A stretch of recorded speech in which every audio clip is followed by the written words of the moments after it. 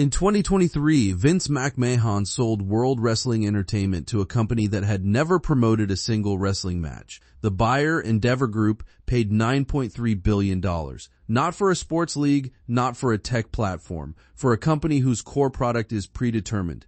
The outcomes are scripted, the athletes are independent contractors, and somehow it generated $1.3 billion in revenue that year. Are you serious? This is a case study in how the modern economy prices things that do not physically exist: brands, narratives, and the guarantee of a live audience.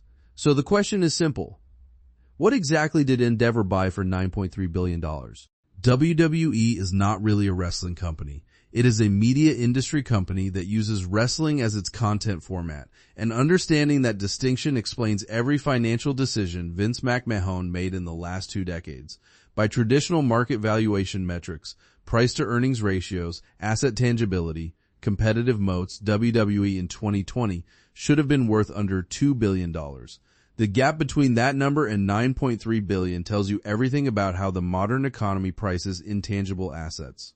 On paper, WWE should not be a valuable company. It operates in an industry with no real competition outcomes, no betting markets of scale, and no draft picks. The product is athletic theater. And yet, in September 2023, WWE secured a 5-year television deal with Netflix worth over $5 billion. To understand how unusual this is economically, consider that Major League Baseball, a sport with 162 games per season, real competitive outcomes, and century-old brand equity, received less from Peacock than WWE received from Netflix. In any conventional economic model, that should be impossible. Here's where it gets stranger. In 2014, WWE launched its own streaming service, the WWE Network, at $9.99 per month. It was considered a disaster. The stock dropped 45% in a single trading day, April 2014, when subscriber numbers came in at under 1 million. That was a fraction of what analysts projected. Vince McMahon personally lost over $350 million in net worth in 24 hours. The company looked like it had made a fatal strategic error. Then, in 2021, WWE sold that same streaming library to Peacock for roughly $1 billion over 5 years. The thing that nearly bankrupted the company became one of its most valuable assets. The content did not change. The matches were the same. The business model underneath simply rotated from direct-to-consumer to licensing, and suddenly the economics transformed entirely. The shift from direct-to-consumer to platform licensing is the defining content monetization pivot of the streaming era, and WWE executed it better than most legacy media companies ever will. This is not a story about wrestling. This is a story about content leverage, labor arbitrage, and the most efficient intellectual property machine in American entertainment. To understand the economics of owning WWE, you need to understand 3 revenue layers: media rights, live events, consumer products, and you need to understand how each one is structured to extract maximum value from a single hour of television. Start with media rights because that is where the real money lives. In 2019, WWE signed a 5-year deal with Fox for SmackDown worth approximately $1 billion.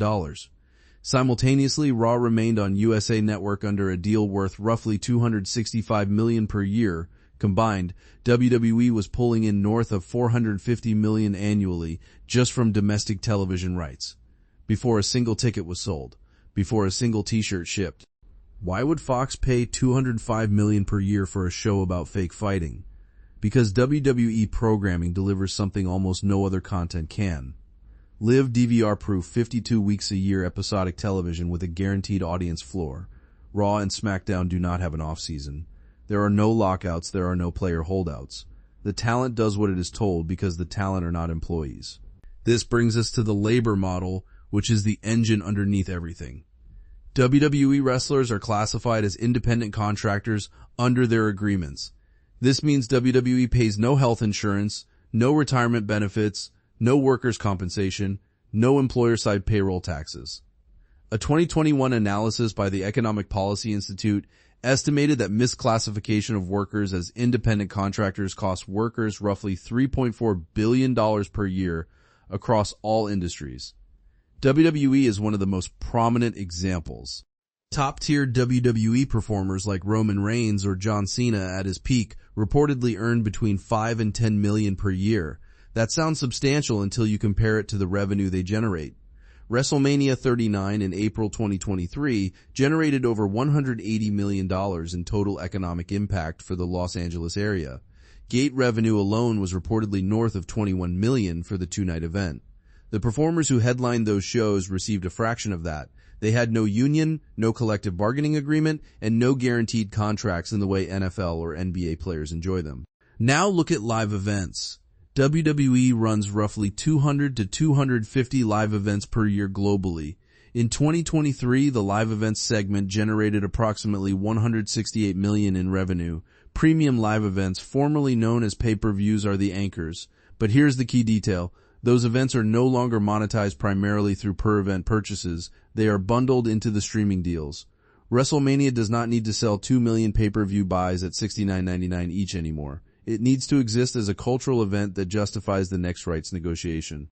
Consumer products and licensing add another layer. WWE generates revenue from action figures through Mattel, from video games through Take-Two Interactive's 2K label, and from a deep merchandise operation. In 2022, consumer products revenue was approximately $119 million. The margins here are significant because WWE owns all character likenesses. When a wrestler debuts a persona on WWE television, WWE owns that persona. The name, the catchphrase, the image. The wrestler walks in as a person and walks out as intellectual property belonging to the corporation.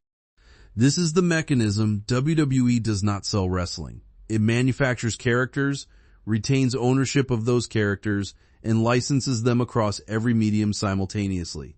TV, streaming, toys, video games, Saudi Arabia. That last one matters. In 2018, WWE entered a 10-year agreement with the Saudi General Entertainment Authority, reportedly worth over $50 million per event. WWE has held multiple events in Riyadh and Jeddah under the Crown Jewel and Super Showdown banners. These events are funded by the Saudi Public Investment Fund as part of Vision 2030, the kingdom's diversification strategy away from oil dependence. The Saudi Public Investment Fund's involvement with WWE is not an isolated sports deal. It is part of a broader $100 billion strategy to use entertainment assets as economic diplomacy tools. The same sovereign wealth fund acquiring stakes in golf, soccer, and Formula One is purchasing access to Western intellectual property and Western audiences, using live entertainment as the transaction vehicle. This pattern of Gulf state sovereign wealth flowing into Western media and sports rights is one of the defining features of the current global economy. WWE was among the first live entertainment properties to fully monetize it. The performers, for their part, have limited ability to decline participation. The geopolitics are baked into the revenue model. When Endeavor acquired WWE in September 2023, merging it with UFC under a new entity called TKO Group Holdings, what Endeavor actually acquired was one of the most defensible intellectual property portfolios in live entertainment. That includes decades of character IP, a footage library exceeding 100,000 hours, and brand licensing rights spanning 180 countries. The combined company had a market capitalization exceeding $21 billion. Endeavor's thesis was straightforward. Two premium live content brands, both with fanatical audiences, both with DVR-proof programming, both with athletes classified as independent contractors. The synergies were not operational, they were structural. This is ultimately a story about the digital economy, how intellectual property, live content rights, and streaming infrastructure have become the most valuable assets a media company can own. What economists call an intellectual property portfolio used to mean patents and software licenses. In the modern media industry, it means Roman Reigns' character, 30 years of WrestleMania footage, and a Saudi sovereign wealth fund willing to pay $50 million to host a show in Riyadh. Here's the part that does not appear in the investor presentations. In January 2024, Janelle Grant filed a federal lawsuit against Vince McMahon, WWE, and former WWE executive John Laurinaitis, alleging sexual trafficking, assault, and coercion. The lawsuit described conduct that allegedly occurred over a period of years, while McMahon was running the company as chairman and CEO. McMahon had previously resigned from WWE in January 2022 amid a board investigation into hush money payments totaling over $12 million. He returned in January 2023, reinstated himself to the board, and then orchestrated the Endeavor sale before stepping away again in January 2024 following the Grant lawsuit. The sequence is important. McMahon returned to the company, pushed through a sale that valued his personal stake at over $2 billion, and exited after the transaction closed. TKO Group Holdings now owns a company whose decades of intellectual property, character libraries, and content archives were built under the leadership of a man facing federal investigation. The Department of Justice issued a subpoena in the case. For the wrestlers, the economics are equally uncomfortable. There is no union. Repeated efforts to organize, including discussions in the early 1990s and conversations led by figures like Jesse Ventura, were met with resistance. WWE's classification of performers as independent contractors has never been successfully challenged in court at scale. This is despite the fact that WWE controls their schedules, their travel, their characters, their outside business activities, and in many cases, their real names during the term of their contracts. The IRS has a 20-factor test for independent contractor status. Legal scholars have argued for years that WWE's arrangement fails the majority of those factors. It persists anyway. The talent has no leverage because there is no viable alternative employer at comparable scale.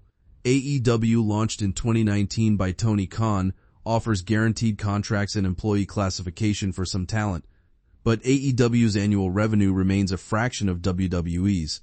The market is not competitive enough to force structural change. WWE is a case study in what happens when a single entity controls an entire labor market, owns all the intellectual property generated by its workers, and produces content so valuable to distributors that the economics become self-reinforcing regardless of the underlying product quality. The Netflix deal, announced in January 2024, is worth over $5 billion across 5 years. That deal alone generates more annual revenue than the entire live events and consumer product segments combined. It means WWE could theoretically stop touring, stop selling merchandise, and still be enormously profitable purely as a content licensing operation. This is the digital economy operating at full efficiency. It is a media industry company that started with a wrestling ring and built an asset so deeply embedded in the streaming infrastructure of the 21st century that its market valuation now reflects not what it produces, but how irreplaceable its position in the content ecosystem has become. This is the trajectory of American entertainment economics in miniature. The value has migrated entirely from the physical to the distributional. What matters is not whether the match is good. What matters is whether 1.5 million households will watch it live on a Monday night in a world where almost nothing else guarantees that. WWE proved something the rest of the entertainment industry is still learning. If you control the talent, own the IP, eliminate the off-season, and sell to the highest bidder every 5 years, you do not need your product to be real. You need it to be reliable. The $9.3 billion price tag was never about wrestling. It was about 52 Mondays a year that cannot be skipped. The only unscripted part of WWE is who collects the check. That's it for today, folks. See you in the next video.